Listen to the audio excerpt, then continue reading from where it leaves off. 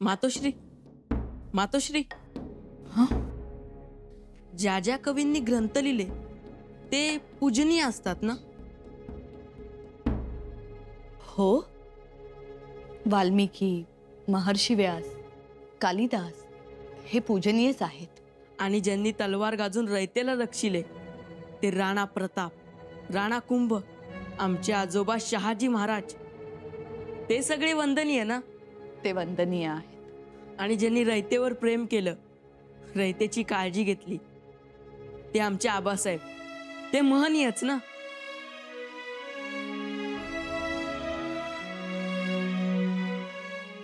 हो, तुमचे आबासाहेब महनीयच. मग या सर्वांच्या तोडीस तोड आहेत आमचे दादासाहेब.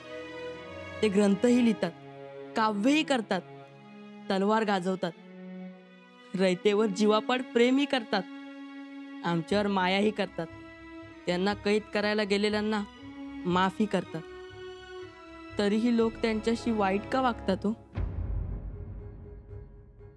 माशातून विष घालण्याचा प्रयत्न केला, ते काही चांगले नाही झाले. मातोश्री, तुम्हाला खरं सांगू, आमचे दादासाहेब नावाप्रमाणेच शंभूदेव आहेत. विष पचवणारे आणि तिसरा डोळा उघडणारे. बघाच तुम्ही, ते सहन करतील, पण जर ते चिडले तर ते कोणालाच माफ नाही करणार.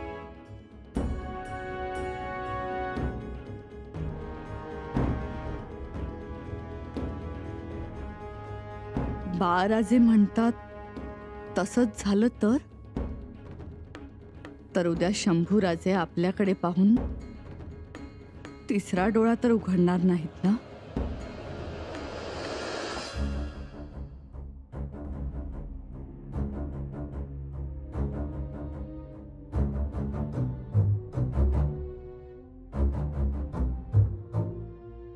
इथे काय करताय?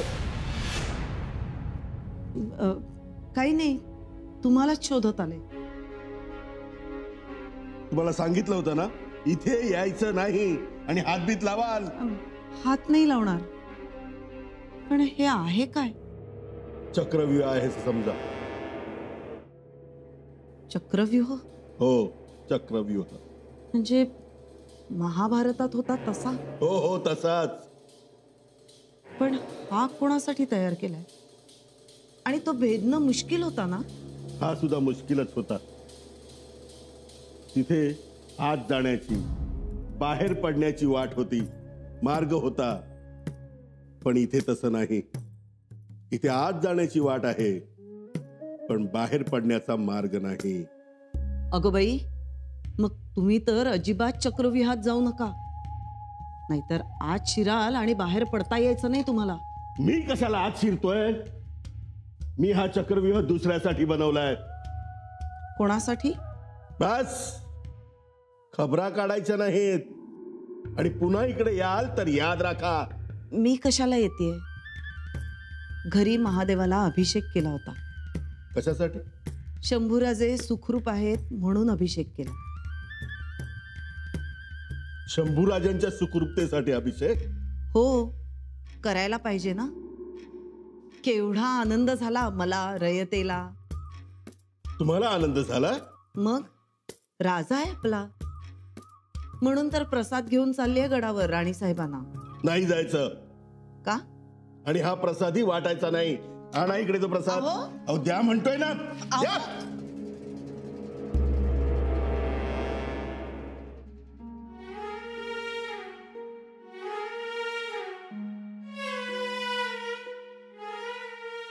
चला, आता वाट बघायची संपली. राज पन्हाळगडावरून यायला निघाले. निरोप आलाय, समजलं असेलच की. आणि हे व काय? काही नाही. ही आवरावर कसली? आम्ही निघतो आहोत. आणि कुठं जाणार? पन्हाळगडावर? हवं, पण राज तर पन्हाळगडावरून इकडे रायगडी यायला निघालेत. मग आता कशाला जायचं पन्हाळगडावर? कशाला ह्या संदुका भरायच्या?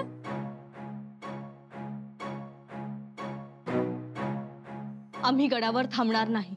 मजी आणि निघालाय कुठं? शृंगारपुरी. शृंगारपुरी किंवा जिथं कुठं शांतता असेल तिथं. जिथं कारस्थानं नसतील तिथं जाणार आम्ही. अव काय बोलताय? खरं तेच बोलतोय आम्ही. शोभतं का तुम्हासनी हे? शोभायचंय काय त्यात धारात्या? राजांवर 3-3 वेळा प्राणघातक हल्ले होतात. त्यांचा जीव इथे सुरक्षित नाहीच. हवं पाणी गढूळ झालं म्हणून मासा काय पाण्यातनं बाहेर पडतो व्हय? पाणी हे माशाचं धर्म, तसं तुमचा धर्म स्वराज्य. आणि तुम्ही स्वराज्य सोडून जायचं म्हणताय? मग हे राज्य चालवायचं कोणी? ते आम्हाला ठाऊक नाही, पण स्वतःच्या जीवापेक्षा राज्यकारभार मोठा असतो का ग? मला काय समजत नाही ह्या गोष्टी. पर स्वराज्यात जीवापरात स्वराज्य मोठं मानायची पद्धत आहे. त्यासाठीनं लोकांनी आपल्या घरादारावर तुळशी पत्र ठेवलं ना. आणि तुम्ही तर राणी साहेब, तुम्हीच निघालात. धारात्या अगं, 4 दिशांनी कारस्थानाचं आभाळ भरून आलंय.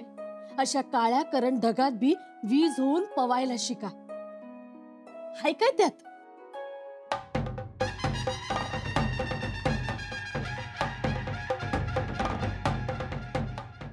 राजे आले. आलं राज.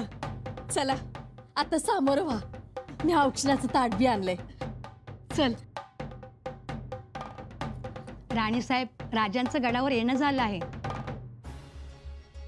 पण ते थोरल्या महाली गेले आहे. थोरल्या महाली? परस्पर थोरल्या महाली? कारण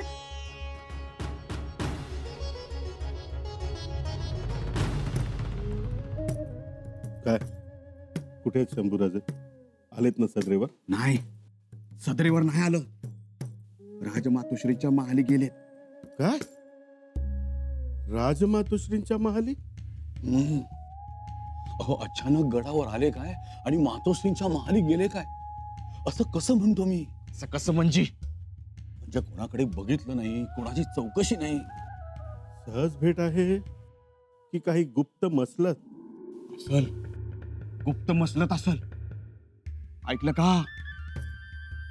अहो, मला तर काही सुचनच झालंय. हे अंग माझं असं थरथर कापतंय. राव, जरा शांततेनं घ्या. संशय येईल असं काही वागू नका.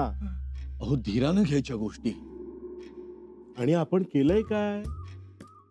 आपण होतो का पन्हाळ्यावर? नाही. उगाच अपराधी चेहरा करू नका. अपराध्यासारखा चेहरा नाही करत हो, पण काळजी वाटत्या. शंभूराजे थेट थोरल्या महाली गेलं. त्याने तोंड उघडलं तर? सोयरा मातोश्रीने तोंड उघडलं तर? हो, उघडलं तरी आपण कुठे काय केलंय? आपण काहीही केलेलं नाही. अहो, आपण काहीच केलं नाही हे बरोबर आहे, पण तरीही वस्तू पोचल्या ना पन्हाळगडावर. त्यात इतर पक्षामुळे विषप्रयोग उघड झाला ना. तेच चांगलं झालं ना. पण शंभूराजे म्हणाल, यो पक्षी का पाठवला, तर काय उत्तर देणार आहेत त्या? हो, काय सांगतील त्या? त्यांच्याशी बोलणं झालंय ना तुमचं? हो, नकळत त्यांना सांगितलंय की तुमचेही हात दगडाखाली आहेत म्हणून. परंतु मुलासमोर आई गाय होते. मी थोरल्या महाली फेरी मारतो, म्हणजे विषयच थांबेल. आलोच.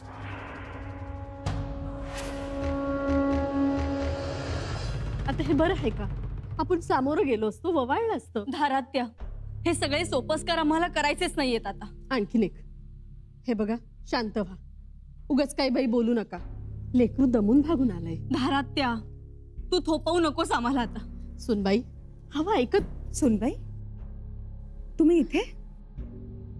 शंभूराजे आलेत ना? नौबत झडली. वय नौबत झडली. शंभूराजे आले, पण नियमाप्रमाणे राजाने आधी राणीच्या महाली यावं. ते काय आलं नाहीत. मग गेले कुठे? थोरल्या महाली. आले आणि थेट थोरल्या माहली गेले. आम्ही बी तिकडच चाललोय त्यांना भेटायला. अशी काय तातडी होती की त्यांनी थोरल्या महाली जावं? बघितलं, अशी काळजी वाढवतात ते. सुनबाई, तुम्हाला काय वाटतं?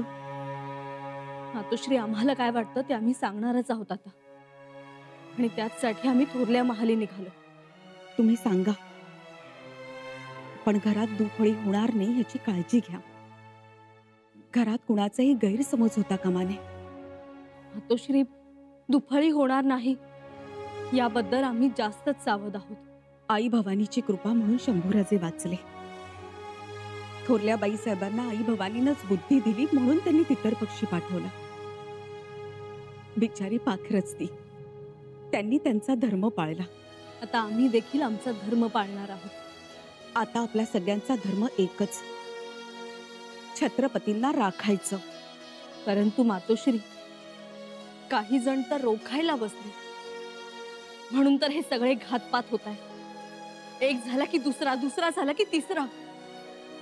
घातपात आणि राजे शिवनापाणी सुरू आहे दोघांची. शंभूराजे आल्या आल्या थोरल्या महाली का गेले? घातपाताचा संशय थोरल्या महालावर तर नाही ना?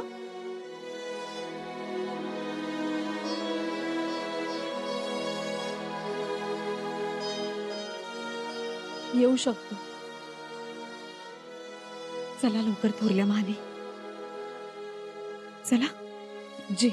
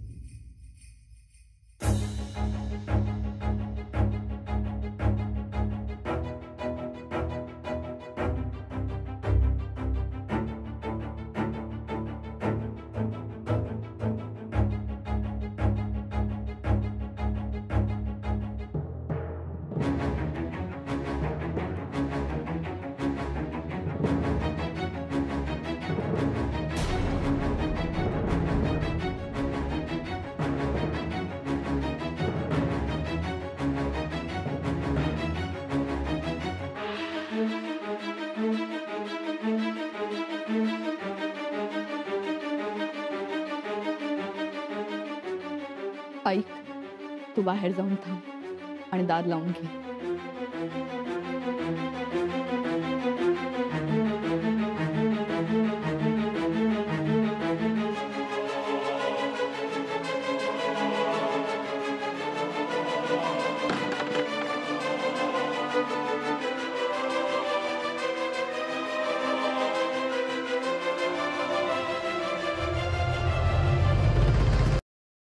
शंभूराजे,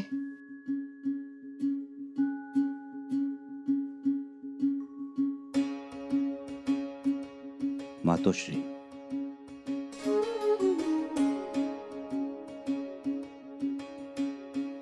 सुखी भव, आयुष्यमान भव.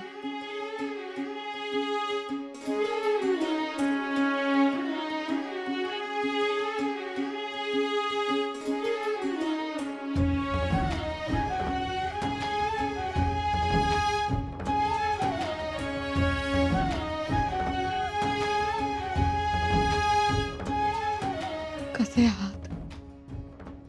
आम्ही उतावळे झालो होतो तुम्हाला पाहायला. कधी एकदा तुम्हाला भेटतोय असं झालं होतं. सुखरूप आहात ना शंभूबा? होय मातोश्री, सुखरूप आहोत आम्ही, तुमच्या आशीर्वादाने. थरकाप उडाला होता आमच्या जीवाचा. खबर ऐकली आणि आमची कंबरच बसली. काय झालं असेल, कसं झालं असेल, तुम्ही कसे असाल, कुठे लागलं का, खरचटलं का? सतत आई भवानीचा धावा करत होतो आणि आता तुम्ही समोर आला. आई भवानीनं ऐकलं आमचं. मातोश्री, आम्ही रायगडावर आलो आहोत ते फक्त तुम्हाला भेटायला.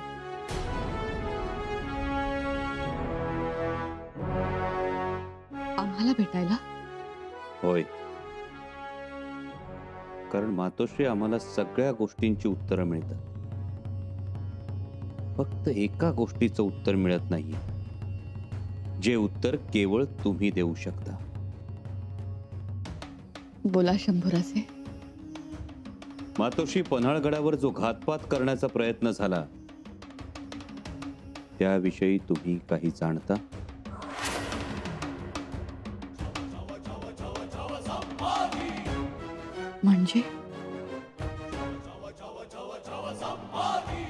म्हणजे आम्हाला असं वाटतं की, जरा स्पष्ट बोलू. स्पष्ट बोललेलंच बरं. मातोश्री, आमच्यावर विषप्रयोग होणार हे तुम्हाला ठाऊक तर नव्हतं ना? तुम्हाला काय वाटतं? असावं. त्याशिवाय का तुम्ही सांकेतिक वस्तू पाठवून आम्हाला सावध करण्याचा प्रयत्न केला? देवीचा अंगारा, खंडोबाचा भंडारा, वाघनख, तुम्ही त्या वस्तू पाठवल्या. सुरुवातीला काहीच अर्थबोध होईना, पण मातोश्री, त्या वस्तू पन्हाळगडावर आल्या आणि तिथून घातपाताला सुरुवात झाली. पहिला प्रयत्न झाला तेव्हा आम्ही बेसावध होतो. घोड्याची नाल काढली जाईल हे आमच्या लक्षातच आलं नाही, पण त्यातून आम्ही बचावलो ते दैवगतीनं, तुमच्या आशीर्वादाने. त्यानंतर मात्र आम्ही सावध झालो,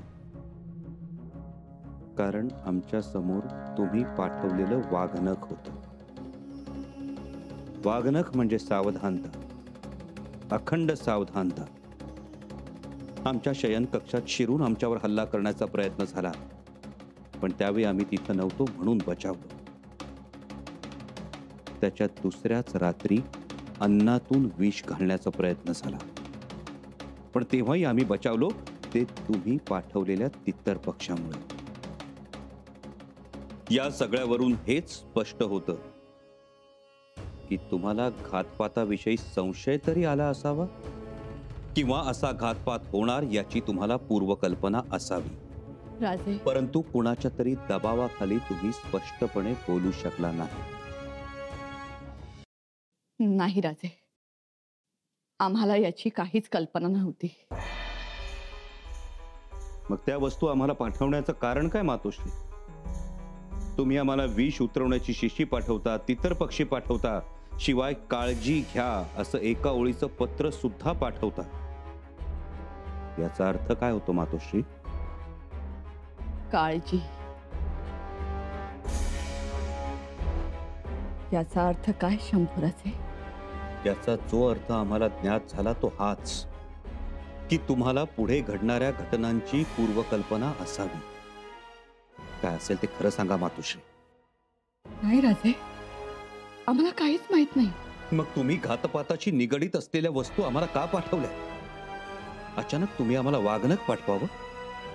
वाघनख हे महाराजांच्या शौर्याचं, चलाखीचं प्रतीक आहे. की कारस्थानाचा अफजल खान पुन्हा समोर येणार आहे, त्याच्या पोटास हे वाघनख लावा, असं तर तुम्हाला सुचवायचं नव्हतं ना? आणि तसं असेल तर मातोश्री सांगा, या कारस्थानाचा जनक कोण? आणि हेच जाणून घेण्यासाठी आम्ही तुमच्याकडे आलो आहोत. सांगा मातोश्री, सत्य काय आहे ते सांगा आम्हाला.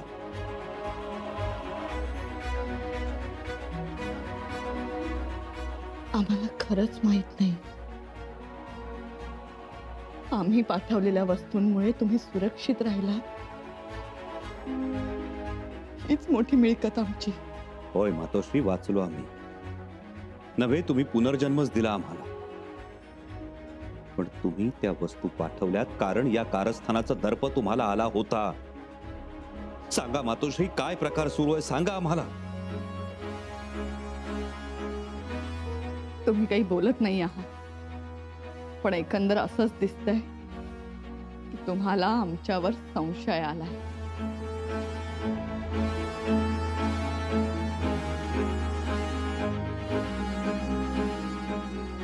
मातोश्री, आम्ही तुमच्यावर संशय घेत नाही, मुळीच नाही. फक्त वाईट या गोष्टीचं वाटतंय की घातपाताच्या संशयिताचं नाव ठाऊक असूनही तुम्ही आम्हाला सांगितलं नाहीत.